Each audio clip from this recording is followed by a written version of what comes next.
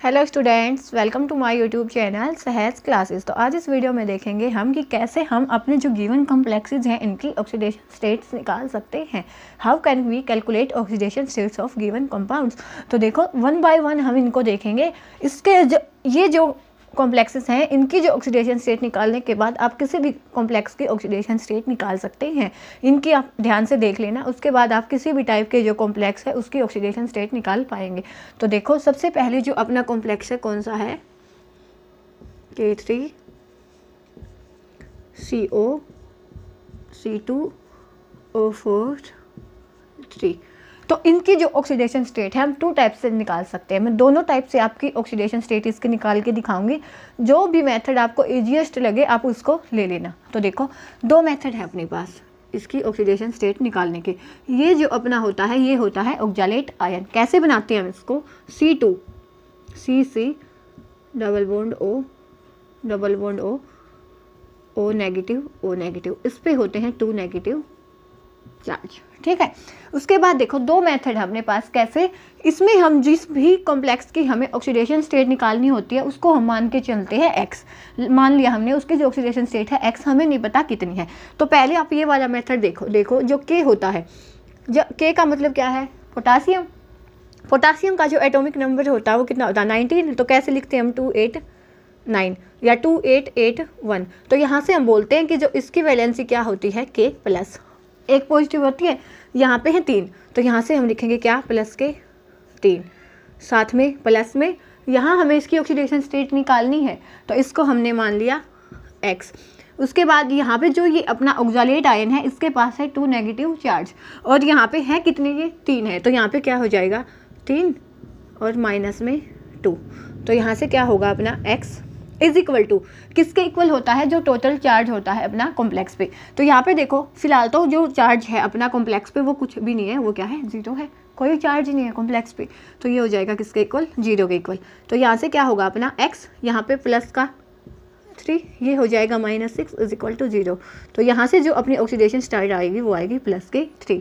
जब हमने इसको ऐसे निकाला है, क्या किया है हमने, सिंपल कि जो अपना पोटासियम होता है उस पर होता है एक पॉजिटिव चार्ज। यहाँ पे अपने पास 3 पोटासियम है तो यहाँ पे हमने डाला +3, प्लस में यहाँ पे जो भी अपनी मेटल जिसके लिए हमें ऑक्सीडेशन स्टेट निकालनी है उसको मान लिया हमने x, प्लस में यहाँ पे कितने ऑक्सैलेट लिगेंड्स है, 3 है, और एक ऑक्सैलेट लिगेंड पे कितना चार्ज है, -2 का। तो माइनस में 2 इज इक्वल टू जो टोटल चार्ज होता है कॉम्प्लेक्स पे वो है 0। तो यहाँ से जो इसकी ऑक्सीडेशन स्टेट आई है वो आई है +3। एक मेथड तो है इसका ये कि आप ऐसे निकालो। सेकेंड जो मेथड है इसका वो कैसे होगा, हम लिख लेते हैं इसको K3CO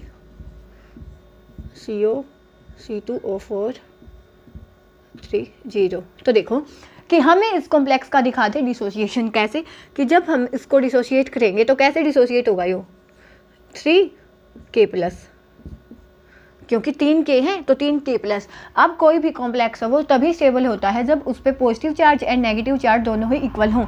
तो यहाँ से इस पर 3 पॉजिटिव हो गया तो वो बचा हुआ 3 नेगेटिव कहाँ पे होगा, इस कॉम्प्लेक्स पे, प्लस में CO C2O4 थ्राइस और यहाँ पे आ जाएगा 3 नेगेटिव। क्या किया, सिंपल डिसोसिएशन दिखाया है कि यहाँ पे 3K प्लस में डिसोसिएट हुआ, और जब जितना टोटल पॉजिटिव चार्ज होता है किसी भी कॉम्प्लेक्स पे उतना ही टोटल नेगेटिव चार्ज भी होता है। तो यहाँ पे 3K पॉजिटिव था तो यहाँ पे आया 3 नेगेटिव। तो यहाँ से अब हम इसकी ऑक्सीडेशन स्टेट ऐसे निकालेंगे जैसे हमने इसकी निकाली थी। ये वाला जो अपना फर्स्ट मेथड था, ये वाला सेकेंड। देखो कैसे, CO के लिए हमने निकालनी है तो इसके लिए हमने माना x, प्लस में कितने लिगेंड हैं, 3। एक ऑक्सैलेट लिगेंड पे कितना चार्ज होता है, यहाँ से हमने देखा था -2 का, तो -2 इज इक्वल टू, किसके इक्वल बोला था मैंने, टोटल चार्ज ऑन कॉम्प्लेक्स, की जो अपना कॉम्प्लेक्स है उस पर टोटल चार्ज कितना होगा। तो यहाँ पे देखो जो टोटल चार्ज है कॉम्प्लेक्स पे वो कितना है, -3। यहाँ पे देखो -3। तो ये क्या हो जाएगा, x -6 is equal to -3, x is equal to -3 plus के 6 इज इक्वल टू +3। तो यहाँ से भी जो इसकी ऑक्सीडेशन स्टेट आई है वो +3 आई है, यहाँ से भी +3 आई है। जो मेथड आपको अच्छा लगे आप उसे निकाल सकते हैं। दोनों ही मेथड से जो अपनी ऑक्सीडेशन स्टेट है वो सेम आएंगी। ठीक है, तो ये जो अपना फर्स्ट वाला है क्वेश्चन वो कंप्लीट होता है। अब चलते हैं हम नेक्स्ट वाले पे।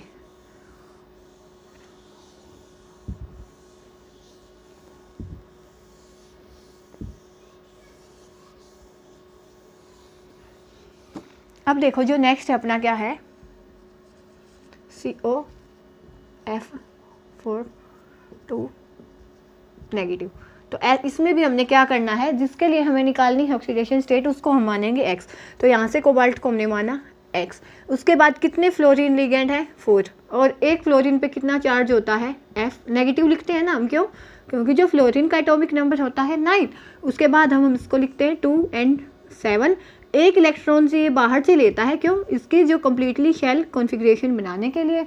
तो यहाँ पे जो इसकी वैलेंसी होती है वो 1 चार्ज होता है 1, तो यहाँ पे हम लिखेंगे -1 इज इक्वल टू जो टोटल चार्ज होगा कॉम्प्लेक्स पे। तो यहाँ जो चार्ज है कॉम्प्लेक्स पे वो है -2, तो यहाँ से हो जाएगा x - 4 इज इक्वल टू -2। तो x इज इक्वल टू -2 + 4। तो यहाँ से जो अपनी कोबाल्ट होगी वो किस ऑक्सीडेशन स्टेट में होगी? +2 ऑक्सीडेशन स्टेट में होगी। तो ये भी हो गया अपना। अब हम चलते हैं इसके थर्ड एग्जाम्पल पे। NH4 twice COF4। तो जैसे हमने फर्स्ट की 2 मेथड से निकाली थी, इसके भी हम 2 मेथड से निकाल सकते हैं। बाकी आपको जो अच्छा लगे आप उससे निकाल लेना। तो एक मेथड में तो क्या होगा, हमें पता है कि जो अपना NH4 होता है वो कैसे होता है, उसकी वैलेंसी होती है +1।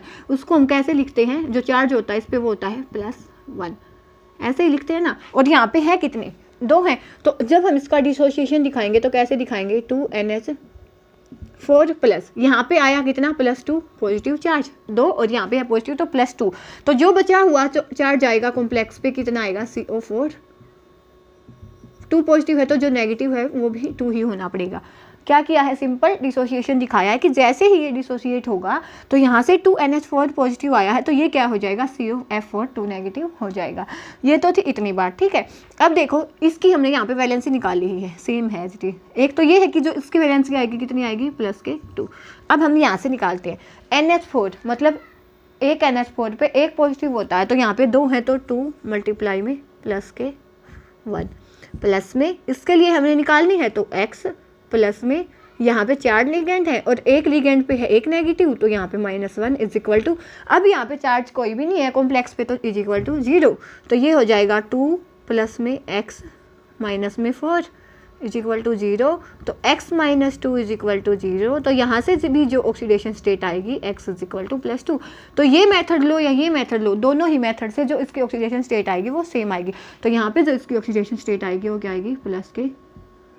यहाँ पे इसकी ऑक्सीडेशन स्टेट है +2 एंड यहाँ पे इसकी ऑक्सीडेशन स्टेट +3। अब अपने ये 2 बचे हैं, देखो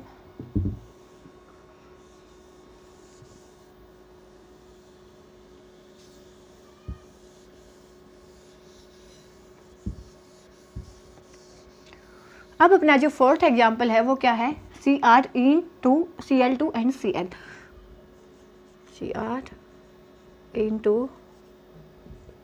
Cr/Cl2 एंड देन है Cl। सेम ऐसे ही निकालेंगे इसके भी।